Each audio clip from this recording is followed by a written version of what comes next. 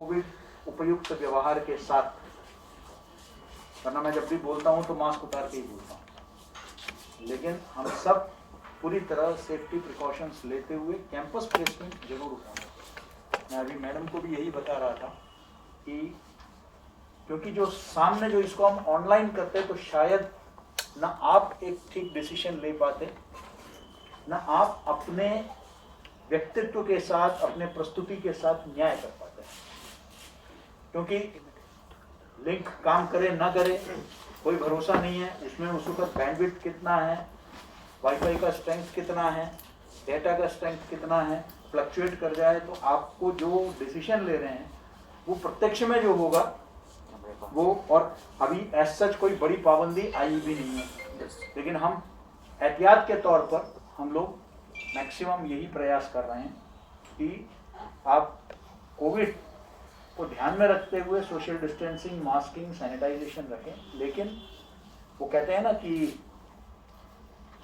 हमको पहले हम कहते हैं जान है तो जहान, तो जान भी जहान भी दोनों चाहिए।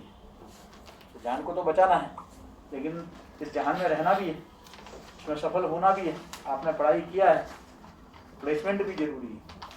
और मुझे खुशी है कि पिछले 1 महीने के अंदर ही 3 बड़े प्लेसमेंट के जो है इसके लिए मैं बधाई प्लेसमेंट एंड एंटरप्रेन्योरशिप सेल, जिसके निदेशक वाजपेयी जी है और इसमें कार्यरत दीक्षिका जी हैं, आप दोनों को मैं बधाई देना चाहता हूँ।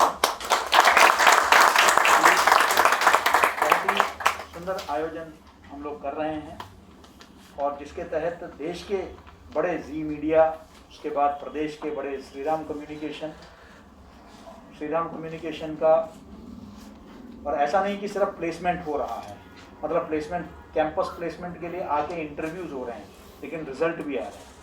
कम से कम 2.6 लाख के कम से कम 4-5 लोगों को मैंने श्रीराम कम्युनिकेशन के अपॉइंटमेंट लेटर दिए, और कल ही मैंने शुभकामना संदेश के साथ 4 लोगों को जी के लिए 10 तारीख को उनको बुला लिया गया है नोएडा में, और उस टीम को मैंने रवाना किया है अपने शुभकामनाओं के साथ।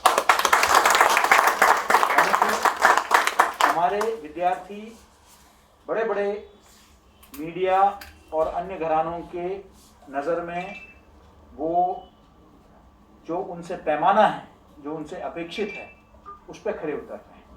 यह हम सबके लिए संतोष का विषय है, और शायद इसीलिए मैंने आज अपने फेसबुक पोस्ट में लिखा था कि जैसे वो पहले कहते हैं ना, all roads lead to Rome, तो वैसे ही मैंने कहा था कि all recruiters come to MCU।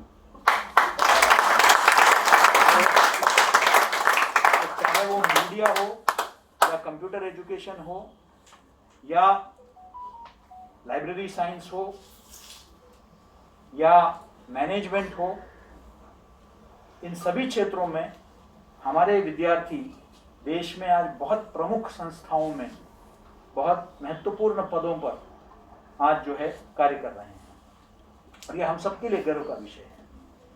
और मुझे पूरा विश्वास है, मैंने अभी थोड़ी देर पहले अभी बात किया था एग्नीटो की टीम से, तो क्योंकि इनका सॉफ्टवेयर में भी बहुत बड़ा काम है, तो मैंने इनसे गुजारिश किया कि ये पुनः आएँ। सिर्फ हमारे कंप्यूटर एप्लीकेशंस के जो बच्चे हैं उनके लिए एक अलग, इस बार तो मीडिया पर ज़्यादा फोकस है, लेकिन हमारे कंप्यूटर को शायद हमारी पहचान मीडिया की बन गई है, एशिया का पहला मीडिया यूनिवर्सिटी, और लेकिन लोग इस बात को भूल जाते हैं कि देश में पहली बार BCA program, bachelor of computer applications, हमारे विश्वविद्यालय ने शुरू किया था। लोग ये भूल जाते हैं कि मध्य प्रदेश में आज गाँव-गाँव में 1600-1000 अध्ययन केंद्रों के माध्यम से हम लोगों ने गांव-गांव में जो है DCA और PGDCA के माध्यम से कंप्यूटर एजुकेशन को हमारे विश्वविद्यालय में किया। मध्य प्रदेश में अधिक जितने भी जातर पटवारी पद पर है वो सब इसी विश्वविद्यालय से निकले हुए हैं, यानी कि कंप्यूटर के क्षेत्र में बहुत बड़ा कार्य है। और अभी हम लगातार प्रयास कर रहे हैं कि यहाँ का, क्योंकि एक चिंता जाहिर है हमारे विद्यार्थियों के मन में रहता है प्लेसमेंट को लेकर, पढ़ाई तो कर रहे हैं, और पढ़ाई में भी इसीलिए शायद हमारा प्लेसमेंट का एक बहुत बढ़िया एक रिकॉर्ड है। तो इस वजह से इस बार 3 दशकों का हमने रिकॉर्ड तोड़कर एक नया कीर्तिमान एडमिशन्स में हमने स्थापित किया। 1,03,000 एडमिशन पहली बार माखनलाल यूनिवर्सिटी के स्टूडेंट्स, 1,03,000 स्टूडेंट्स। ये हमारा स्ट्रेंथ है। हमारा बिशनखेड़ी का नया परिसर पूरी तरह तैयार हो रहा है। फिर से ये कोविड का लहर नहीं तो 26 जनवरी बहुत बड़ा भव्य आयोजन हमने सोचा था। अब देखते हैं कितना। आज भी सवेरे उसका हमने एक पूरा उसका समीक्षा बैठक की थी। इसी तरह रीवा परिसर, रीवा में भी आप देखेंगे कि नए परिसर में हम लोग कक्षाएं आजकल चला रहे हैं, बस उसका औपचारिक उद्घाटन बाकी है।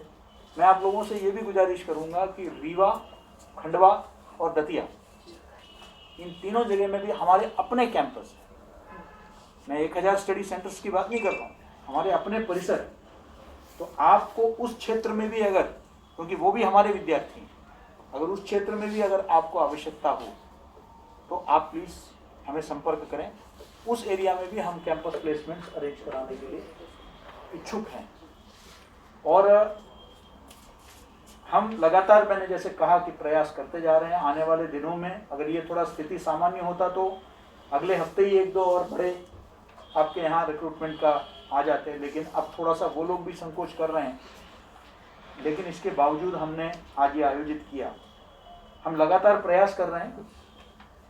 अगले सप्ताह दिल्ली में मैं एक MOU साइन करने जा रहा हूँ, वो भारत सरकार के media and entertainment skills council के साथ। उसके तहत media and entertainment skills council MESC Bharat सरकार का, वो पूरा फंडिंग करके हमारे अध्ययन केंद्रों के विद्यार्थियों को ट्रेन करेंगे, और ट्रेन ही नहीं करेंगे, उनको जॉब तक दिलाने की गारंटी है।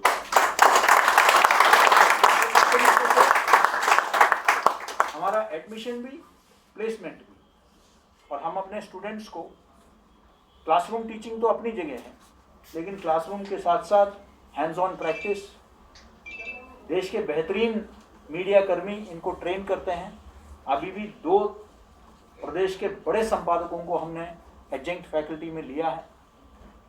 हमारा लगातार प्रयास है कि इनका इंडस्ट्री के बीच में डिस्कनेक्ट ना हो।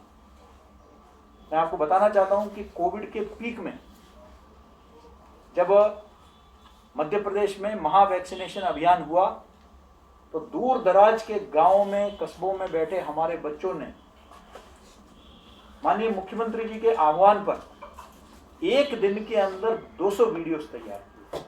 ये इनकी क्षमता है। और इसमें से कई वीडियोस को माननीय मुख्यमंत्री ने खुद ट्वीट किया। उनको उतना अच्छा लगा कि वैक्सीनेशन के लिए प्रेरित करते हुए। तो they are very competent. Multitasking, हम लोग मल्टीटास्कर्स तैयार करते हैं। इंटीग्रेटेड क्लासरूम के माध्यम से भी हम लोगों ने सबको जो है भोपाल के समकक्ष रीवा, खंडवा, दतिया, नोएडा सभी परिसरों को हमने जो है इनको प्रशिक्षण करने का प्रयास किया है। शायद यही कारण है कि आज देश भर के मीडिया घरानों में हमारे विद्यार्थी जो है आज बड़े प्रमुख स्थानों पर है। हमें विश्वास है कि आपके टीम में भी ये लोग, इन लोगों को न सिर्फ प्रमुखता मिलेगी, बल्कि आप जब इनसे काम करवाएंगे तो आपको खुद पता चलेगा कि माखनलाल के विद्यार्थी और दूसरे विद्यार्थियों में क्या फर्क है। मैं आपको शुभकामनाएं देने आया था। मुझे बताया गया, कल मैंने कहा ना, कल शाम को बहुत संकोच में थे आप दोनों। मैंने कहा कि नहीं बुलाइए, कह दिया कि रिस्पॉन्स पता नहीं कैसे होगा, क्योंकि कल एक प्रोग्राम हमने एक ओरिएंटेशन आयोजित किया था वॉइस मॉड्यूलेशन पर, उस पर कोई नहीं आया। तो मैंने कह दिया कि कोई बात नहीं, वो तो ट्रेनिंग की बात है, नौकरी के लिए सब आ जाएंगे।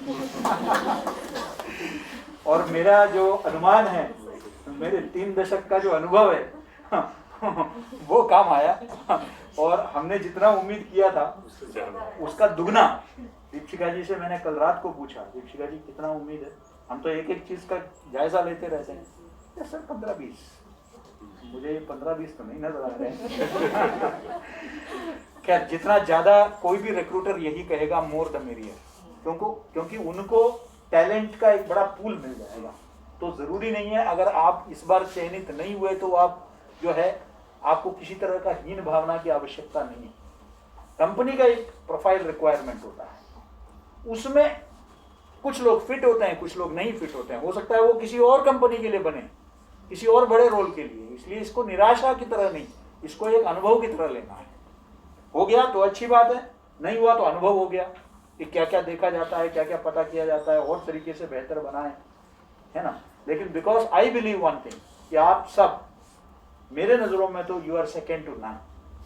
आप किसी से कम नहीं, वो मुझे पूरा विश्वास है और ये कंपनी को भी विश्वास हो जाएगी। आगे भी आपको ये पैनल भी करेंगे और भी स्टूडेंट्स को भी आवश्यकता अनुसार ये लेते रहेंगे और ठीक ठाक पैकेज दे रहे हैं। मैं इस बारे में भी चर्चा करता हूँ। आमतौर पर इनका अपना व्यक्तिगत वो जैसे कंपनी का मामला है, हमारा ज़्यादा दखल नहीं होता है, लेकिन फिर भी हम कहते हैं कि भाई वो गाड़ी तो चल जाएगी ना, पेट्रोल तो डल जाएगी ना, इतना तो दे रहे हो ना। उन्होंने कहते नहीं सर आप चिंता मत करिए, पेट्रोल तो अच्छी तरह डल जाएगी, कितना भी महंगा हो। चलिए, आप सबको बहुत बहुत शुभकामनाएं और थैंक यू।